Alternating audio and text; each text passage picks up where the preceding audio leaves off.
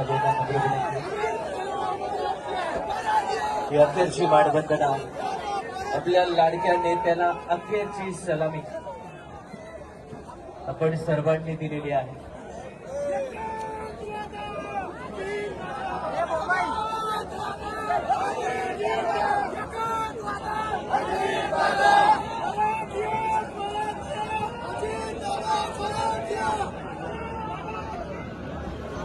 जिथे आहात तिथे जागेवरूनच आपण अंत्यदर्शन घेऊन मागच्या